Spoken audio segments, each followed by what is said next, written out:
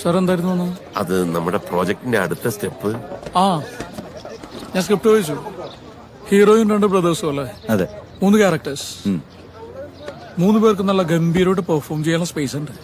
തിയേറ്ററിൽ ഏത് character workout ആവും നമുക്ക് പ്രഡിക്റ്റ് പറ്റില്ല. ആഘോഷം നല്ല ഡീപ്പായിട്ട് സ്ക്രിപ്റ്റ് വായിച്ചിരിക്കുന്നു. അതുകൊണ്ട് ഈ 3 ക്യാരക്ടേഴ്സ് ഞാൻ തന്നെ ചെയ്തോളാം. അല്ല ബ്രദേഴ്സ് ആകുമ്പോൾ 3 പേരും ഒരേപോലെ ഇരിക്കുന്നത് നല്ലതല്ലേ? ആ നമുക്കൊരാൾക്ക് ട്രിം ചെയ്തിട്ടുള്ള ഒരു സാധനം പിടിക്കാം, മറ്റേ ആള് കണ്ണെഴുതി കമ്മലൊക്കെ ഇട്ട് ചെറിയൊരു ഫെമിനിൻ ആറ്റിറ്റ്യൂഡിലുള്ള ഒരു സാധനം പിടിക്കാം. ഞാൻ ഇതുവരെ ചെയ്തിട്ടില്ല, അപ്പൊ അതൊരു വെറൈറ്റി ആയിരിക്കും. എന്റെ ഫാൻസും ഹാപ്പിയാവും അല്ലേ? ശിവാജി ഗണേശന്റെ ദൈവമകൻ സാറ് കണ്ടതല്ലേ? കണ്ടിട്ടുണ്ട്.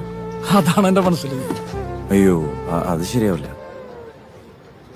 അല്ല പേടിക്കണ്ട, 3 തന്നെ ചെയ്യാം. ഞാൻ ആക്ടിങ്ങിൽ പൊളിച്ചോളാം. കമലഹാസനൊക്കെ ഒറ്റ സിനിമ തന്നെ 10-20 ക്യാരക്ടേഴ്സ് ചെയ്യുന്നില്ല, പിന്നെന്താ? ഗംഭീരമായിരിക്കും സാറേ.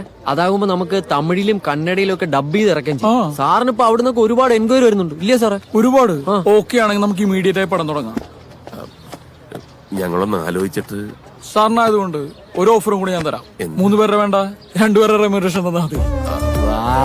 എന്തൊരു ഓഫറാ സാറിന് കിട്ടിയേക്കുന്നേ. 2 എടുത്താൽ 1 ഫ്രീ. അതാണ് സാർ ആലോചിച്ചിട്ട് പറഞ്ഞാൽ മതി. ശരി മോനെ, നടക്കട്ടെ. എവിടെ ഡയറക്ടർ?